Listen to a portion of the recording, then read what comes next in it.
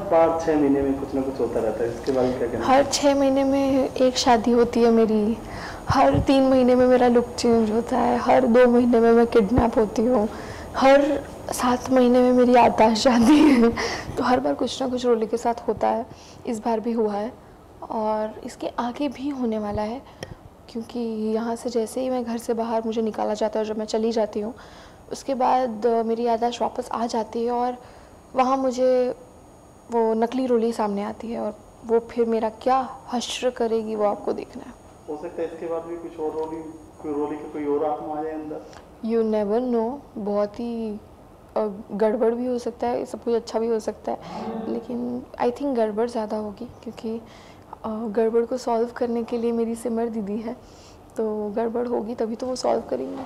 कितना एंजॉय कर रहे हैं इस शो में, आप लीड में हैं और पूरी स्टोरी आपके ऊपर घूम रही है, अभी देखा जाए तो स्टोरी जो है। एक्चुअली ये स्टोरी है सिमर और रोली की।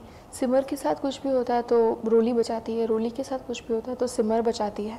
तो क्रेडिट ऐसे मैं नहीं लेना चाहूँगी, because and the plus point is ये एक फैमिली शो है, तो भारद्वाज परिवार जो है पूरा का पूरा, फ्रॉम माता जी टू सिद्धांत टू प्रेम, देन कितने सारे कैरेक्टर्स हैं और सारे के सारे कैरेक्टर्स को बहुत सारा एक्टिंग करने का मौका मिलता है, बहुत सारे सीन्स करने के मौका मिलता है। So everybody is equally involved and obviously as an actor it I really feel proud, because मेरा जो कैरेक्टर है बहुत सारे वेरिएशंस मिलते हैं मुझे करने के लिए, बहुत सारी डिफरेंट वर्सटाइल एक्टिंग करने का मौका मिलता है। So I really feel very lucky playing Roli. अभी का एक चाइल्ड आर्टिस्ट की तरह से आपकी शुरुआत हुई थी, एक आप काफ़ी अच्छे आर्टिस्ट हो गए, काफ़ी बड़े हो गए थे। अगर शुरुआत दौर की बात की जाए, आज कितना उभर के कैमरे के सामने आते हैं आप, क्या क्या सीखा आपने अगर बात करें? सीखना एक्चुअली अगर मैं इस फील्ड में पहले से नहीं भी होती फिर भी आज भी सीखती, बिकॉज़ लर्निंग एक ऐसी चीज़ है जो किसी को भी नहीं छोड़नी चाहिए, क्योंकि ये मैंने अपनी फैमिली में देखा है, मेरे दादाजी को देखा है, आज भी अगर कुछ भी कोई चीज़ नया करता है तो वो ज़रूर सीखना चाहते हैं।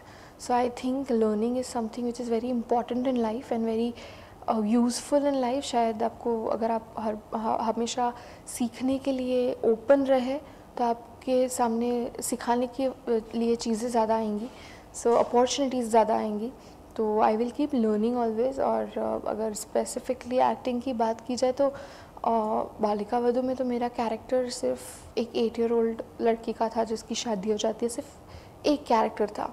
यहाँ पे डबल रोल 2 बार हो चुका है, 3 बार याददाश्त जा चुकी है, so there are different characters और यहाँ पे बहुत एक्सपेरिमेंट करने को मिला, चाहे वो बोलने के तरीके से हो, चाहे वो एक्सेंट बदल के बात करनी हो, चाहे वो कोई दूसरी लैंग्वेज बात करनी हो, तो यहाँ पे बहुत सारी चीज़ें सीखने को मिली हैं and I really feel lucky कि मैं काफ़ी टाइम से इस इंडस्ट्री में हूँ। अगर बात करें, अगर आपका टाइम है, जब बोल पाते हैं दर्शकों के सामने, जब पहला वाक्य क्या था जब फर्स्ट टाइम आप कैमरे के सामने फेस किया था बालिका वधू का, क्या एक्साइटमेंट था, कैसे आपको अपॉर्चुनिटी मिली? बालिका वधू का पहला या मेरा पहला? आपका पहला प्रोजेक्ट कौन सा? मेरा पहला प्रोजेक्ट था राजकुमार आर्यन और उसमें मेरा पहला ही सीन वाज गिरना और वो एक स्टंट था। ऐसा था कि जो हीरो है और वो कारपेट के ऊपर खड़ी हो, मैं कारपेट खींचता है वो और मैं गिरती हूँ क्योंकि एक एरो मुझे लगने वाला है, तो उससे बचाता है वो मुझे। And the best part was उसमें जो मेरा हीरो था वो अविनाश था, जो बालिका वधू में मेरा हीरो था। सो हम दोनों का पहला प्रोजेक्ट साथ में था एंड बालिका वधू भी साथ में था। लेकिन बालिका वधू से एक पहचान बनी आपकी इंडस्ट्री में, आज भी आपको बालिका वधू के नाम से जाना जाता है। ये कितनी खुशी होती है जब आप निकलते हैं कि वो देखो बालिका वधू जा रही है? बहुत अच्छा लगता है क्योंकि मेरा नाम पड़ चुका है, मुझे एक नाम मिला है आनंदी का, मुझे नाम मिला है बालिका वधू का। और the best part is Balika Vadhu सिर्फ इंडिया में ही नहीं बल्कि 24 डिफरेंट कंट्रीज़ में अलग अलग भाषा में देखा जा रहा है and that is what makes me feel really very proud, क्योंकि मैं काफ़ी कंट्रीज़ में जा चुकी हूँ बालिका वधू के लिए। मैं अभी फ़िलहाल पिछले महीने में वियतनाम गई थी, उसके पहले मैं कज़ाकिस्तान गई थी। सो बहुत अच्छा लगता है जब ऐसे अलग अलग देशों में लोग फिर भी आनंदी कहते हैं और अलग अलग एक्सेंट में कहते हैं, तो सुनने में बड़ा मज़ा आता है। आनंदी को विदेशों में भी प्यार करते हैं? बहुत ज़्यादा, बहुत ज़्यादा।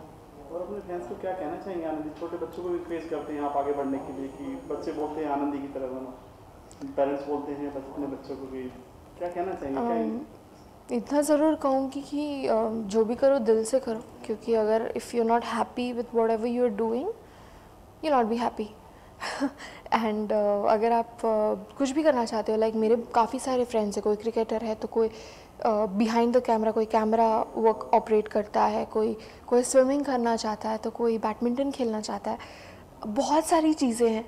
और जस्ट देखिए कि आप किस में इंटरेस्टेड है, आपका हुनर क्या है। सो वो पहचानना बहुत ज़रूरी है and this goes for the parents, क्योंकि मेरे पेरेंट्स ने मुझे डांसिंग का बहुत शौक़ था और डांसिंग ऑब्वियसली अभी शूटिंग की वजह से रुक चुका है, सीखना रुक चुका है। सो आई होप कि इस साल एटलीस्ट मैं डांस सीखना वापस शुरू करूँ। आप डांसिंग में भी रुचि रखते हैं, आप साउथ की फिल्में भी कर रहे हैं जी। जी।